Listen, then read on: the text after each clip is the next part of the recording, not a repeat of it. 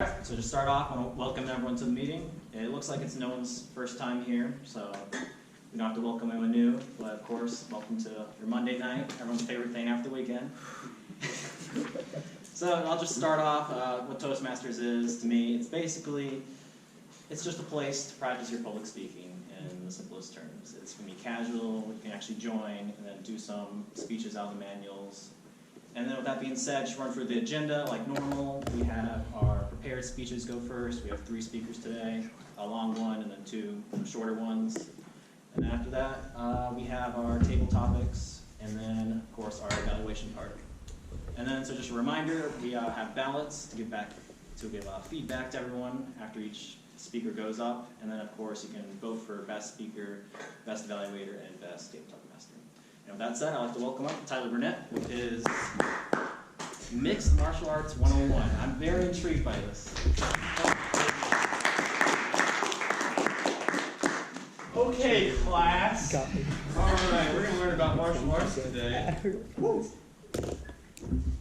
Mixed martial arts, an informative and demonstrative seminar with my lovely assistant, Bernard.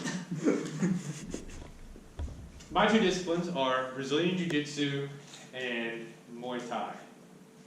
I've been doing Brazilian Jiu-Jitsu and Muay Thai for about 2.5 years now. And because I believe that someone who gives a seminar should have some sort of authoritative on the subject, whether experience or research or both, I have medaled in 2 Brazilian Jiu-Jitsu tournaments, and I'm currently training Muay Thai.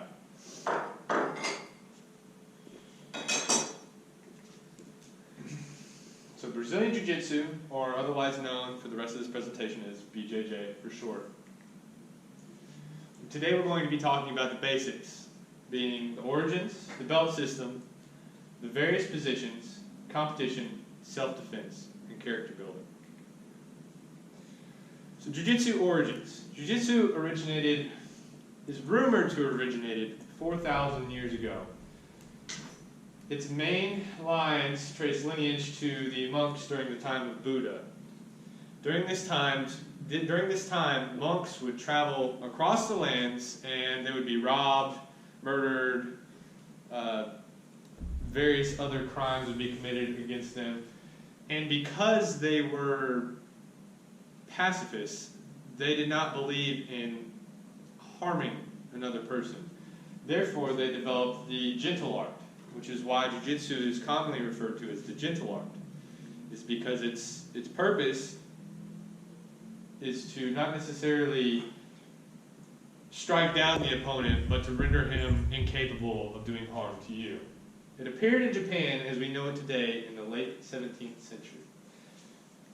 Jiu-Jitsu is the gentle art. It's the art where a small man is going to prove to you, no matter how strong you are, no matter how mad you get, that you're going to have to accept defeat. That's what Brazilian Jiu-Jitsu is. So Brazilian Jiu-Jitsu history. Jiu-Jitsu originated in Japan, like I said. It was brought to Brazil in 1909 by a man named Jian Omori, which is not him to the right.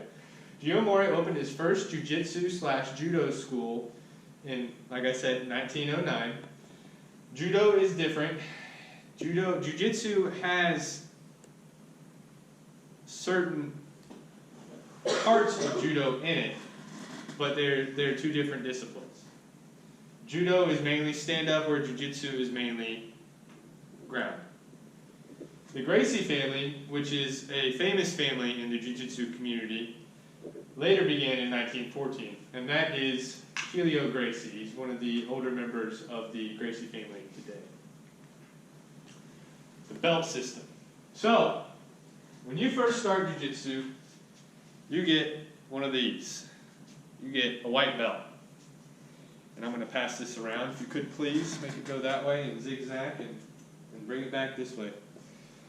So the white belt right here is the first one you get. That signifies that you know nothing. You are pure white.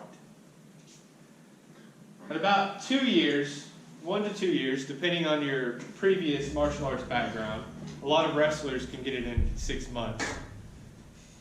You get your blue belt. And then 2 to 3 years after that, you get your purple belt. and then another 2 to 3 years, you get your brown belt. And can you kind of see that it takes a long time to get your belts? It's very time consuming.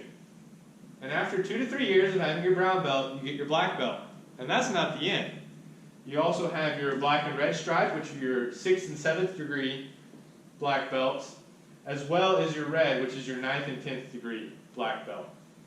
All in all, just to get the first black belt takes about 10 years of non-stop training. That's training 3 to 5 times a week. And then to get to this, you pretty much have to train your entire life, from a little boy to an old man. Oh, and because you guys liked memes so much, I have a few memes for y'all. The gi. This is the next part of jiu-jitsu. So, the gi is composed of a jacket and the pants. And rest assured, I have sanitized these so they're not sweaty, they do not have germs, I promise. The gi is made primarily of cotton, and when I pass it around, you can feel of it, and it's very thick. The gi is meant for competition, as well as the gi pants. It is meant for your opponent to be able to grapple and do certain chokes, which my lovely assistant will be happy to demonstrate for me later. It is made of high-strength fibers. I've had this one about 2 years, and gone, I guess you would say, pretty hard in the paint. No?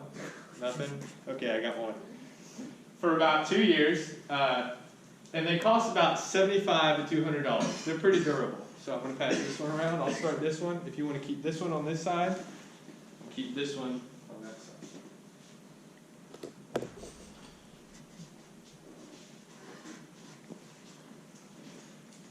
The various positions. Oh, sorry. Before I start this, there are 2 different types of competition. There's gi and there's no gi, which we'll get to later. But I'm going to go ahead and introduce you to it now, so it makes more sense.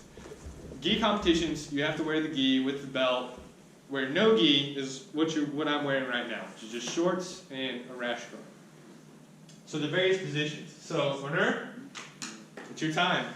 Come on up. And yeah, hands on here. Okay, so stand up. Stand up in a jiu-jitsu competition, as well as self-defense. More often than not. Is that your coach? Oh, you still need to take off my glasses. Oh, yeah, you might want to actually show that. I'm not going to throw you or anything. Wow, it sounds like you're just trying to save your opponent. Yeah. So, stand up. This is where, more often than not, unless somebody comes up behind you and whacks you on the head with a baseball bat, this is where it starts. So to stand up, you have various positions. So I can do hip tosses, which is where I can come around here. And again, with jiu-jitsu, you basically have a toolbox. So one move isn't necessarily going to work all the time. You just have to keep trying your different tools until one of them works. So let's say I get my arm all the way around here, and then I know, oh, wow, I can do a hip toss from here if I just move to the side, and then, right? Of course, I'm not going to throw them. You can throw somebody really, really hard that way, but this is concrete floor. So there's that one, and then there's this one. Sometimes, you know, you get really, really frustrated, he's really hand fighting you, you just come under like this, right? Right on the small of the back, and press in. Yep, see, he doesn't like that. You can hear him. And then you just bring your leg around, and then to the ground, right? So say you got somebody at a bar, right? They're reaching for you, right? They're reaching for you, right? They're reaching for you, right? And then you grab it, and then what you can do from here, because he really can't do much from here. I mean, other than fight with this hand, push this, yeah. Fight, yeah. Exactly, he can't do much. So what I'm going to do is I'm going to push him forward. He doesn't like that, so he's going to push back, and you do what's called a T-step into the ground. So there's various methods to get your opponent to the ground. And let's see, what else? I guess I could go really in depth with that, but I'm not going to. So after you get him to the ground, let's say he got me to the ground. He's a really good wrestler and he's shot. And we go down to the ground. Go that way. All right. We go down to the ground and he's got me, and we're like this. This is called the guard. That's the second one. Now there are different variations. This is called the closed guard or full guard. Since he's not trained in jiu-jitsu, I'm not going to go too deep into the different guards because it would take me longer to explain to him how to let me get in the guard in the first place, so we're just going to go over the basics. So full guard is here, where it's closed like this, and from a self-defense aspect, you think, oh, well he can just hit me, right? Not necessarily. Because basically, in a self-defense application, you want to keep yourself either outside the strike zone or inside the strike zone. So say he's really aggressive, so be really aggressive, you can bring him in, right? And now, try to really hit me. Try to really hit me, okay? Right, he can't really hit me from here because all of his power is taken away. Now, okay, well you say, Tyler, well your legs are wrapped around him, why didn't you just stand up? So in that case, you stand up, he stands up, you can sweep. Now it's not the most graceful thing because he's not, again, a jiu-jitsu practitioner. But as soon as he opens up and does that, you can sweep. There's numerous sweeps from what we call an open guard when he breaks it open. So we have that one. There's X guard and spider guard. X guard's a good one. So again, I wouldn't recommend this in a self-defense situation, but in a sport jiu-jitsu situation, so get back in the guard. So in a sport jiu-jitsu situation, he gets up, right? So stand up, and he breaks it. I can come around here, right? And get here. And now he's in a load of trouble. This is called X guard. And see, I can do this. Right? Right? And then come around that way. There's other sweeps, various sweeps from that one. Alright, so stay down there. So let's rotate you this way. Yeah, there we go. So, lay down. Knees up, like that. Yeah, there you go. So side control. Side control is another one. Now, say I'm in his guard, like he was. My objective, so go ahead and close the guard. My objective in sport jiu-jitsu is to pass his guard. So I don't want to be here. This is a bad situation for me. I'm trying to get out of this.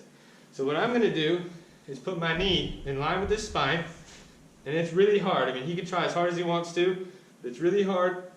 And then once that's down, that knee's down, I can either inside here and slide. Go ahead, try to bring it up. Come on, bring it up, man. Yeah. So, or I can say he's not letting me get that inside. I can come here. Well, let's do this side. I can come here, switch, and we're here. Right? Okay, now most people, like in a self-defense situation, this is a really good way to hold somebody. In a self-defense situation, they're going to be pressing up against your face, right? Like, I don't like this, or they're going to be smacking you, and I'm like, okay. So then I go here, right? Now, his arm's trapped. He's pretty screwed. And even for a big guy, I've rolled with 180, 190 pound people that as long as you have a good side control, it is extremely hard for them to get up, right? So I have him here. This is really uncomfortable for him because I can hear him right now, right? So then what I'm going to do is I'm going to jump over here, right? Squeeze. You see? And he chokes him out. So you can see his face. Look at his face. It's a little red. It's a blood choke. And I'm going to talk about chokes later on. So everybody give him a round of applause right now. Because we're not done. So I'm going to do 2 more. So lay down. And I'm just going to run them through. So this is the mount. The mount is where you go from side control. This is the next place you go. Okay? And in a mixed martial arts application, you would want to go here because obviously you can punch, and he has no, even if he could punch me, he has very little power because he can't spring back at all. Okay? And from here you can do elbows, punches, submissions, chokes. Okay? So from here, this is pretty good, but the best would be back control, which is pretty commonsensical, is here. Now from here, you have what's called your seat belt, right? And your hooks. And it makes it really hard for that person to get out. Really try to get out. Seriously try to get out. Right? And you can really bend them backwards like this. Right? So get back up. Right? So then from here, one choke, and one of the first chokes you learn is a rear naked choke. And it, grab your shoulder like this. Right? Right? And then grab your bicep and put it behind here. And he's out. You alright? Yeah. Alright, you go sit down, man. Everybody give a round of applause.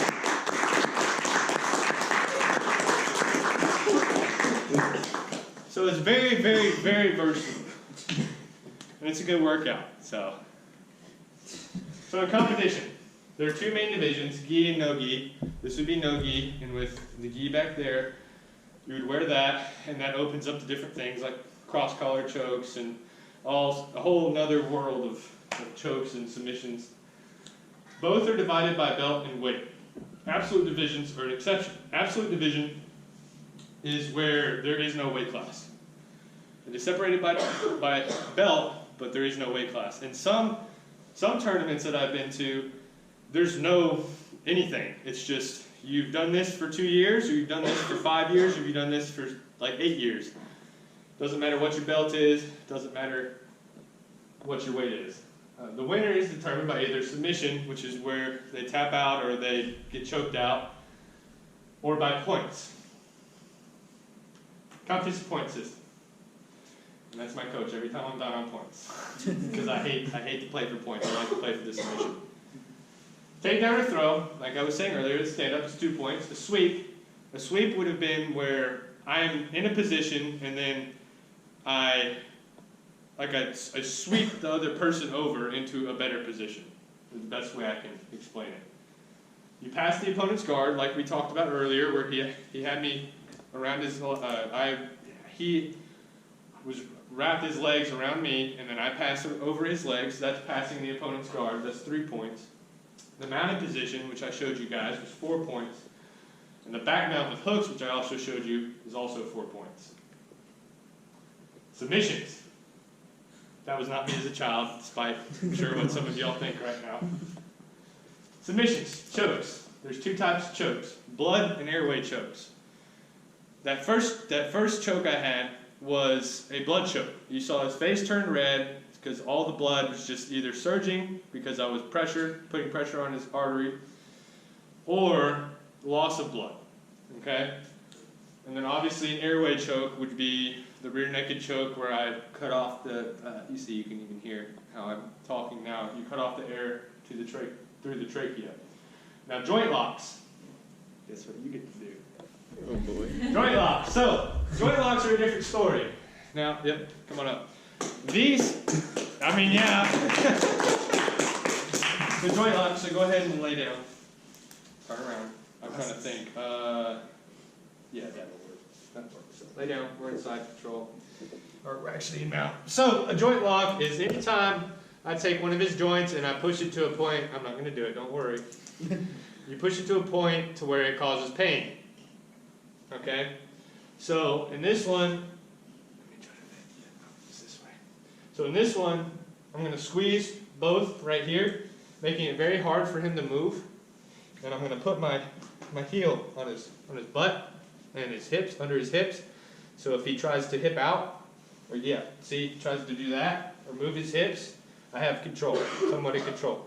Now I have to open up, anytime you do a submission, you have to open up a little bit. You have to lose a little bit of control in order to try and get the submission. So with this one, what you're going to do, and just work with me here on this one, is you're going to come up, around, and it's a quick move, and you come back down, right, like this, and you, Are you okay? Yeah, I'm good. Until he taps. right? Now, you can do that with arm bars. No, you can do that with arm bars.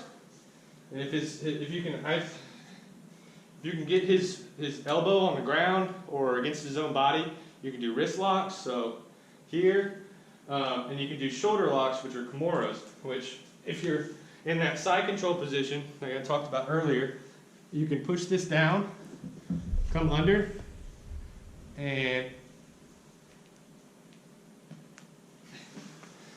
basically you're popping the person's shoulder out of place. You all right? Oh yeah, it's fine. Be sure and tap early. Okay. So as you can see, he would tap because it's painful, and obviously if you don't tap, like that's a life-altering injury. So usually if someone's really stubborn, like in a championship match, and he's screaming out in pain, the ref's going to stop and he's going to pull you two apart, and that's game. So those are submissions. You can go back and sit back down.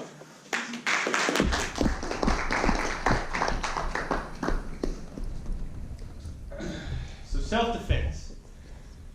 So being able to do sports jiu-jitsu is fine and all, but what about the people that want to do it for self-defense? Self-defense, BJJ has real-world applications. It's used by the military, police, and in self-defense classes. Women benefit the most from this martial art, in my opinion, and here's why. It's because, as I stated,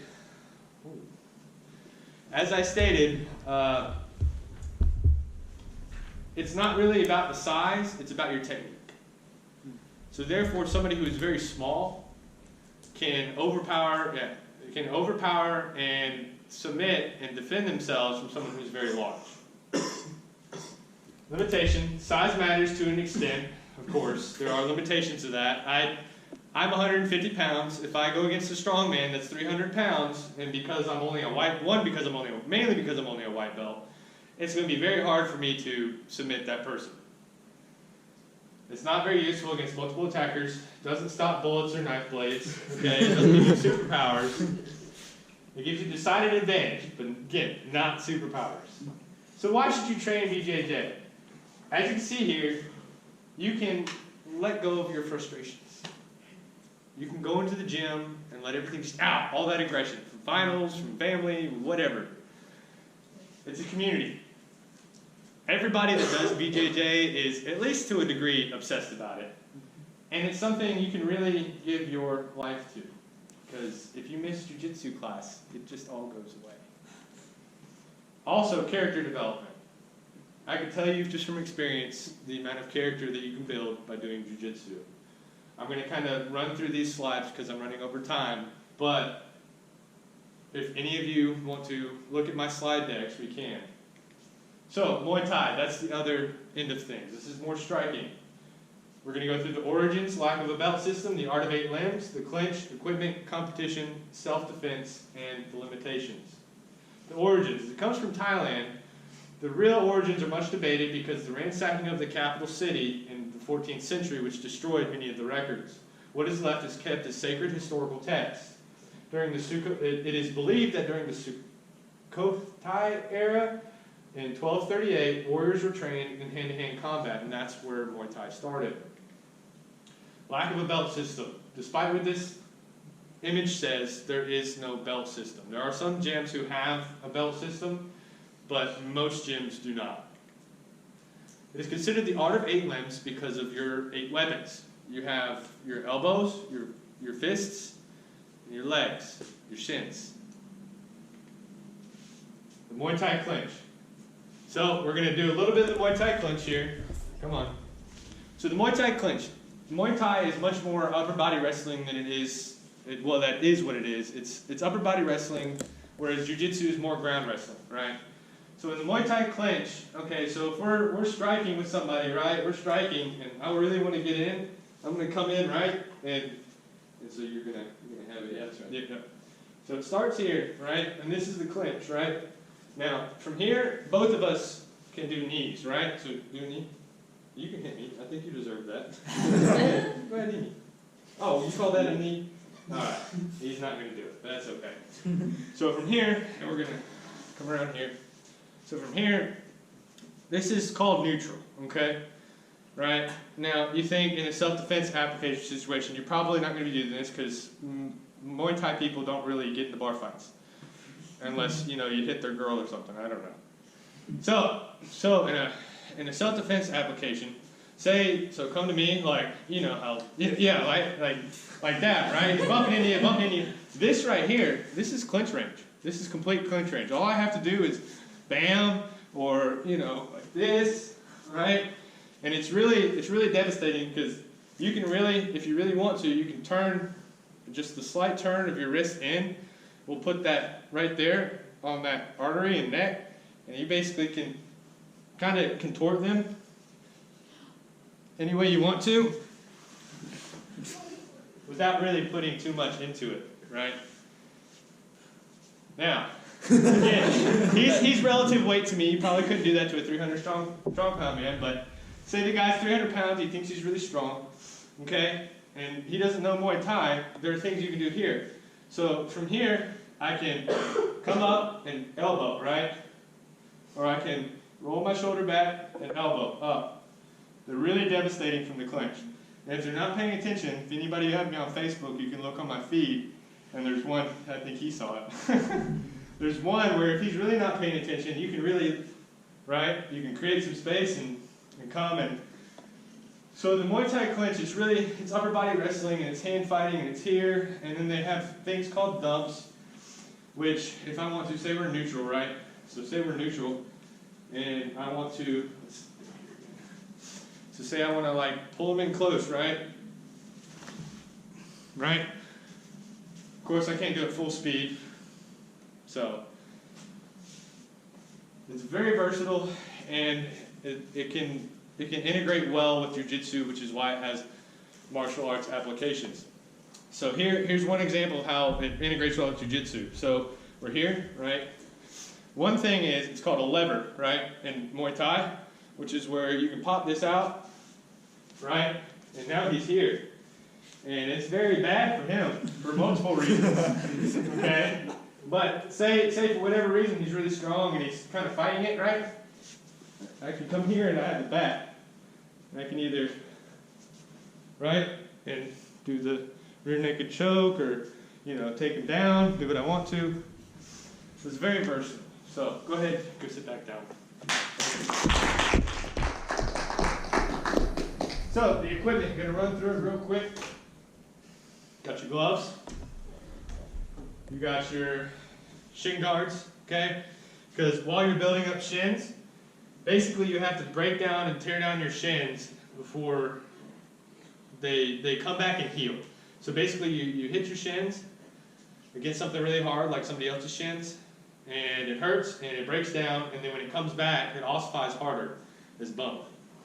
But you wear these because they get sore. Okay, and then you have your hand wraps for your hands and your wrists. You have ankle supports, obviously for your ankles. And then you have I'm not going to pass this around, steel athletic cup, because the plastic ones will break if you get kneed real hard, or you get teeped, which I haven't shown him, which I don't really have time to do that today, unfortunately. They can actually shatter and cause more damage than they would help. Additional equipment, head guard, belly pads, forearm pads, focus mitts, thigh pads, suitcase. I mean, you can spend thousands of dollars on Muay Thai equipment, and people do. So competition. Fights happen less often than BJJ fights for obvious reasons, because it is very hard on the body, and there's usually a big build-up to a fight, whereas BJJ, you can just go to a tournament. It's like a wrestling tournament. The winner is determined by points, or by knocking out their opponent. Points are given to strikes landed in dumps. The dumps that I showed you with him, where I threw him to the ground. For self-defense, it's more practical for multiple attackers than BJJ alone. Most altercations start standing up, and it's good defense from strikes. And he's going to show me. This is where he gets to throw some back. Oh yeah. Yeah, I know. The best one. See, this is why I had it at the end, right?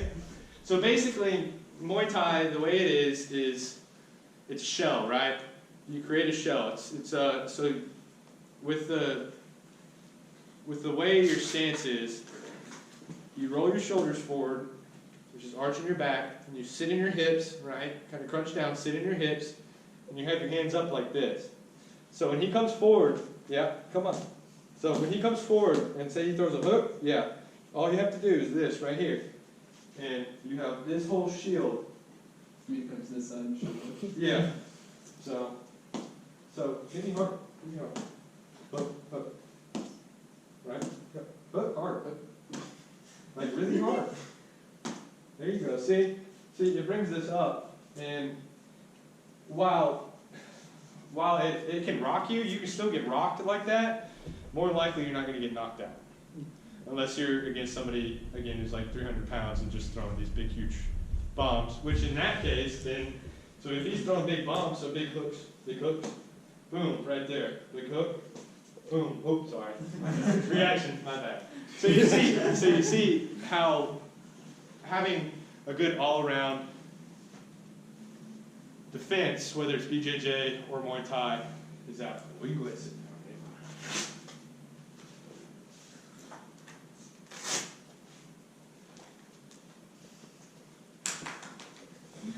Why train Muay Thai? Sorry, guys. No, I was stopping for it. Oh.